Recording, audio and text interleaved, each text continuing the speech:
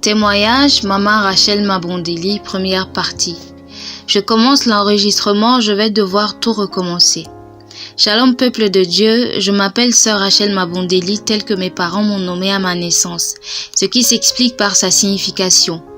Je suis venue vous porter un message de Dieu pour son peuple qui doit être entendu avant la fin de l'année 2019, insistant que ce soit transmis en 2019 à son peuple. C'est pour cette raison que je vous parle en cet instant. Je ne le fais pas de mes propres compétences, mais par sa puissance, car il me la permet.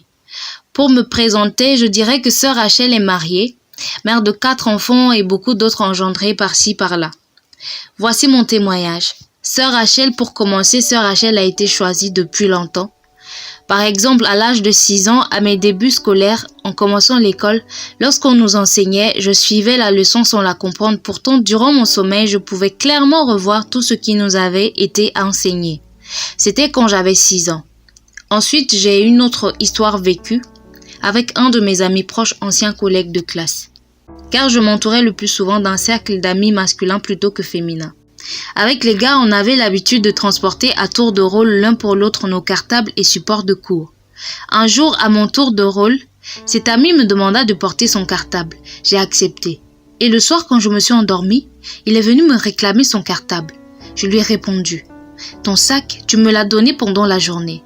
Alors je te le rendrai pendant la journée. » Il a insisté, exigeant son cartable, et s'est sur le champ transformé en dragon.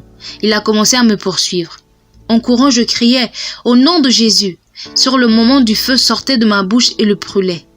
À chaque fois qu'il me poursuivait, je répétais « Au nom de Jésus !» Le feu sortait de ma bouche tout en le brûlant. C'est ainsi que je me suis réveillée de cet horrible cauchemar. Au matin, j'en ai parlé à mon grand-parent qui malheureusement n'est plus. Ce grand-parent le savait. Je lui ai raconté le cauchemar et m'a répondu que je devais aller me laver et ensuite revenir.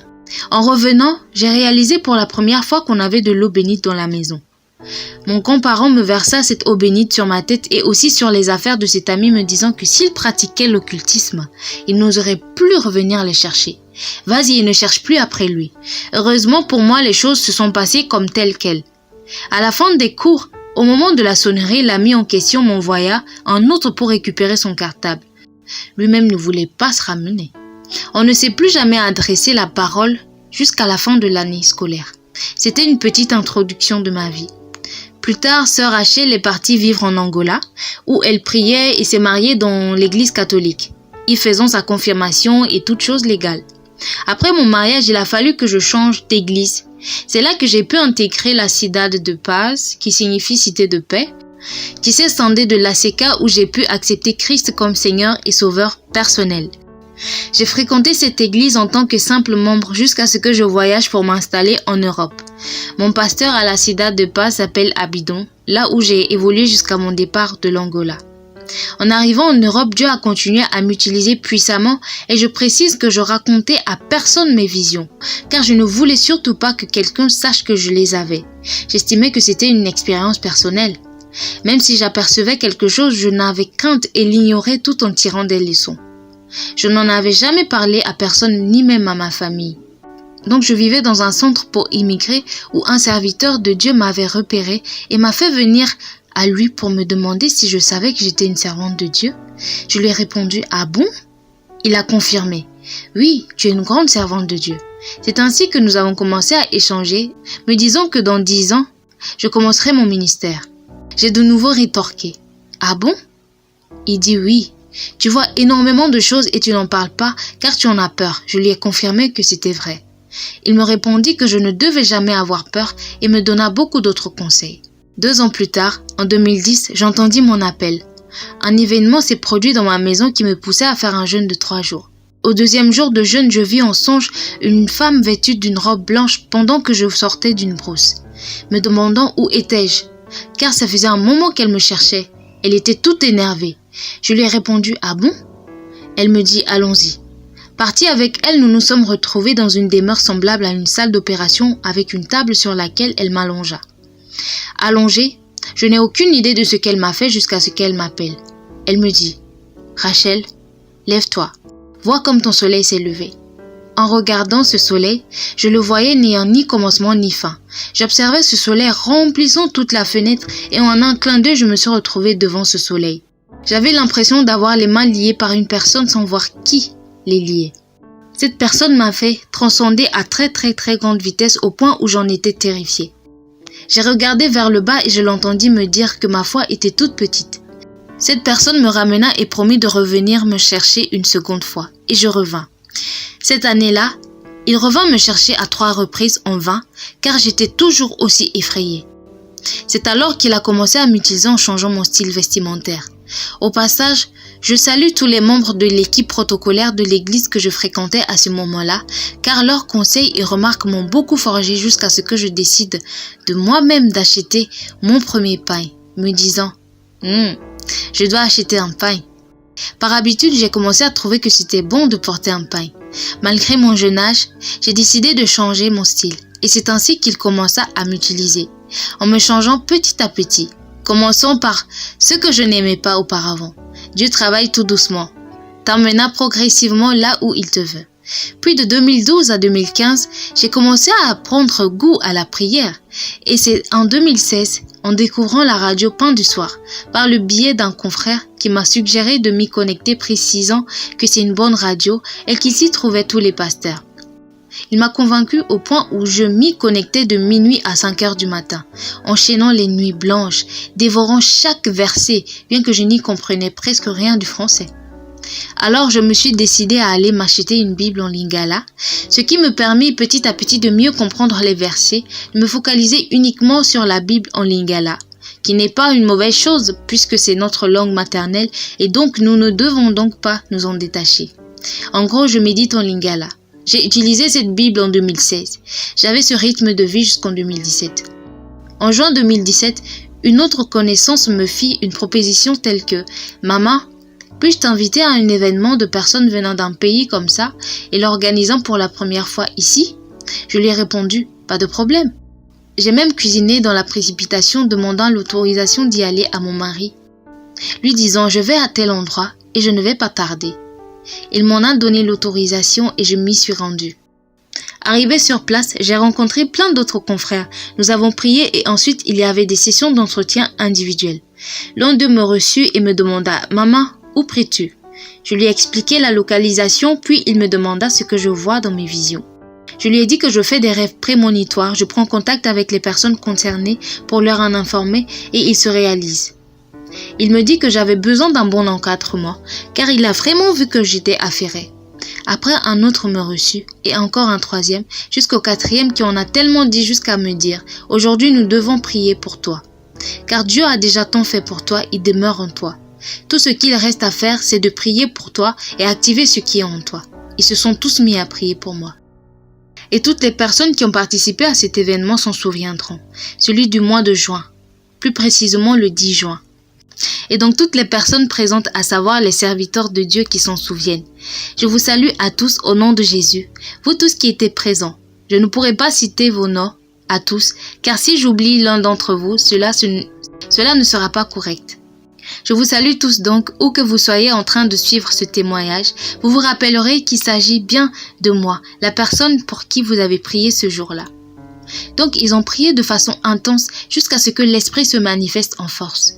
C'était réellement la première fois que l'Esprit reposait sur moi. Je portais des talons et je me suis mise à sauter dans tous les sens jusqu'à ce qu'ils m'ont saisi et m'ont enlevé mes talons. Mais je continuais à sauter et je les ai entendus dire qu'ils devaient prier pour moi. L'Esprit le Très-Haut a exigé qu'on ne me touche pas ainsi la tête. Ils priaient tous à distance jusqu'à ce que l'Esprit se calme. Je me suis aussitôt calmée. Par la suite, le prophète m'a parlé, me disant de rentrer chez moi et que Dieu allait agir. Il ajouta « Ce que nous venons de faire est l'activation de ton appel. » Je suis rentrée et je me suis endormie. Le matin suivant, durant ma prière quotidienne, celle que je faisais avant d'aller déposer les enfants qui dure 20 minutes. Et ce matin-là, je n'ai pas pu prier car j'ai parlé en langue. Je parlais en langue, ma bouche devenait lourde et ma langue indolore, comme si elle avait été anesthésiée. Et je hurlais en langue. Cela s'est arrêté 20 à 30 minutes plus tard. Puis je me suis dépêchée d'aller déposer les enfants à l'école. Le jour suivant, cela s'est reproduit. Je n'avais même pas commencé à prier. J'étais partie me laver et j'ai été étourdie. Boum! Je me suis écroulée. Mon mari qui dormait m'a entendu et m'a demandé « Rachel, tu as trébuché ou quoi ?» Il m'a porté jusqu'au lit et je me suis mise à parler en langue de façon continue jusqu'à ce que ça s'arrête. Le 3e, le 4e jour, j'ai encore prié normalement en allant déposer les enfants à l'école. Le 5e jour, après avoir fini de prier, sur le chemin, 5 minutes plus tard, l'esprit a repris le contrôle et je me suis remise à parler intensément en langue. Les enfants se mirent à pleurer. J'étais consciente que j'étais en train de conduire les enfants à l'école, mais ma bouche n'arrivait plus à se taire. J'étais en train de parler de façon intense en langue et durant le trajet, un ami m'a téléphoné et c'est mon fils qui a répondu, lui disant que maman parle toute seule. Et il lui dit que non, c'était l'esprit. J'ai continué dans cette transe jusqu'à arriver près de l'école où je me suis sentie lourde. Ils ont récupéré les enfants et les ont fait entrer à l'école, puis ont appelé les pasteurs. Je voyais de mes propres yeux 3 personnes qui me barraient le chemin, interférant d'une voix audible. « Ça fait un moment que nous te cherchons. » Je leur ai demandé, « Vous me cherchiez ?» Ils répondirent, « Oui, et maintenant nous avons été mandatés pour venir te récupérer. » Je leur ai demandé, « Qui vous envoie ?» Ils répondirent, « La personne qui nous envoie est là-haut, pointant du doigt vers le ciel. » Les personnes physiques essayaient de me faire sortir de ma voiture alors que je les ignorais, car j'étais perturbée par ces 3 individus invisibles aux yeux des autres. C'est alors que j'ai réalisé qu'ils m'ont sorti de ma voiture pour me conduire chez moi dans un autre véhicule. C'est là que j'ai été éblouie par une lumière invisible aux yeux des autres. J'ai commencé à voir une autre réalité. Les 3 individus m'ont saisi et nous avons commencé à monter à une grande vitesse comme une fusée. Nous sommes allés si loin et à une plus grande vitesse que la fusée. À une certaine distance, j'ai vu les écluses du ciel s'ouvrir. Je les ai aperçues à l'intérieur. Ils m'ont dit de venir et mon premier réflexe était de regarder ce qui se trouvait en dessous. C'est là que j'ai réalisé que l'humanité est enfuie dans un profond abîme, un trou sans fin où nous existons. Je leur ai demandé, « Qu'y a-t-il si bas ?» Ils me répondirent, « Votre monde est ainsi. » Ils me communiquaient de façon spécifique. Je leur ai dit que c'est si sombre. Mais quelle est cette petite lumière qui scintille? Ils m'expliquèrent que c'est la seule lumière que nous possédons ici-bas. Étonné et attristé de le découvrir, je leur ai demandé, « Nous vivons donc dans les ténèbres ?» Ils me répondirent, « Oui, votre monde est ainsi. » Ils m'ont attiré vers eux pendant que je pleurais toutes les larmes de mon corps d'apprendre cette triste réalité. En sortant, j'ai pu voir la source du soleil. J'aperçus aussi une suite de chiffres défilant à grande vitesse sous mes yeux. C'était la première fois que j'en voyais une de cette forme-là. Elle s'arrêtait au chiffre 3. Au chiffre 3, je leur ai demandé si cela correspondait à quel endroit. Ils me répondirent, « Ici, nous sommes au 3e ciel. » Je leur ai dit, « Le 3e ciel existe vraiment ?» Ils me répondirent, « Dieu ne se trouve pas au 2e ciel, mais au 3e ciel. » C'est là que j'ai vu une étendue d'eau, des arbres bien taillés et bien ordonnés. J'ai voulu m'y promener et ils m'ont dit que ce n'était pas possible pour moi car j'étais attendu plus haut. J'ai rétorqué, « Il existe encore un lieu plus élevé qu'ici ?» Ils répondirent, « Oui, il existe un lieu plus élevé que celui-ci. » Je me suis en un instant endormie et ils se sont mis à me transporter dans ces hauteurs. En rouvrant mes yeux, j'ai ressenti à nouveau cette ascension rapide sur la même piste qui nous amena dans le 3e ciel. Cette montée dura longtemps, je vis le ciel s'ouvrir à nouveau, un soleil et la suite de chiffres s'arrêtant sur le 6 pour indiquer le 6e ciel. Ce soleil n'avait ni commencement ni fin et je leur ai demandé une seconde fois à propos de la suite de chiffres qu'ils ont expliqué comme étant le 6e ciel. Alors je leur ai demandé si je pouvais maintenant marcher. Ils m'ont dit que je n'avais surtout pas intérêt à marcher ici et que j'étais attendu plus haut. J'ai répondu, « Il existe encore un lieu plus élevé que celui-ci, là ?» Ils me répondirent, « Oui, il existe un lieu plus élevé que celui-ci. » Et se sont mis à m'y transporter. Je ressentis à nouveau cette ascension rapide sur la même piste qui nous amena dans le 6e ciel. C'était hyper haut et long comme voyage. En y arrivant, je vis encore cette suite de chiffres qui, cette fois-ci, m'a perturbée, défilant de 1, 2, 3, 4, 5, 6, 7. Je ne savais plus où mettre la tête ni quoi retenir sur ce qui défilait. Et lorsque tout s'arrêta, alors nous étions arrivés. Je les ai entendus dire que nous voici enfin, et en un instant, ils n'étaient plus là. J'aperçus au loin un crépuscule, il y avait aussi une sorte de grande table infinie et lumineuse. Je me suis levée et j'entendis une voix m'appeler de loin. « Rachel. Rachel ?»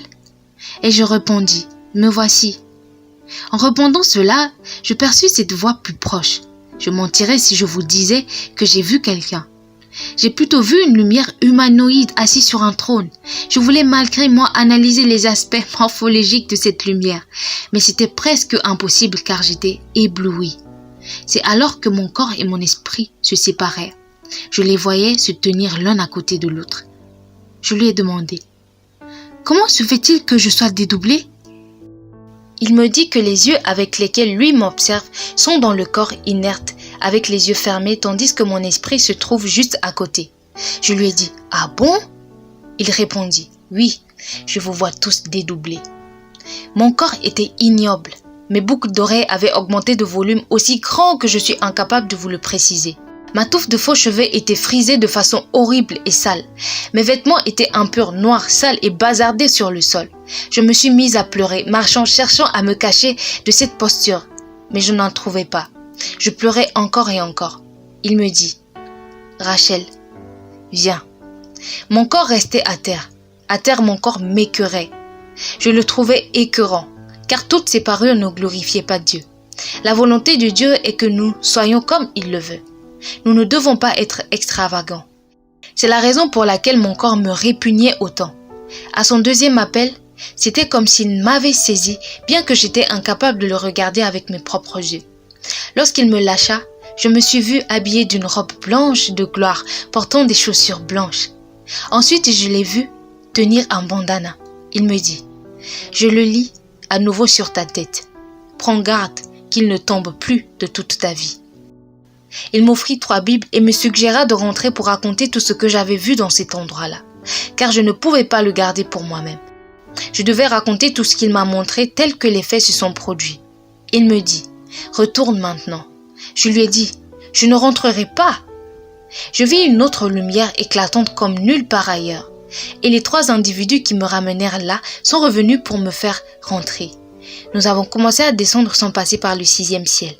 En arrivant au 3e ciel, je leur ai demandé si nous allons encore descendre. Ils me répondirent « Non, tu descends toute seule. » J'ai regardé en dessous et j'ai vu les ténèbres. Je leur ai dit « Non !» Je me suis mise à pleurer en leur répétant que je n'avais aucune envie d'y retourner. Car la lumière que j'ai découverte là-haut n'avait ni commencement ni fin. Je me suis mise à pleurer. Ils m'ont répondu « Non, tu dois aller rapporter au peuple de Dieu ce que tu as vécu ici. » Ils m'ont offert une corde avec 3 nœuds, me disant de descendre avec sans jamais la perdre de toute ma vie. C'est là qu'ils m'ont fait descendre.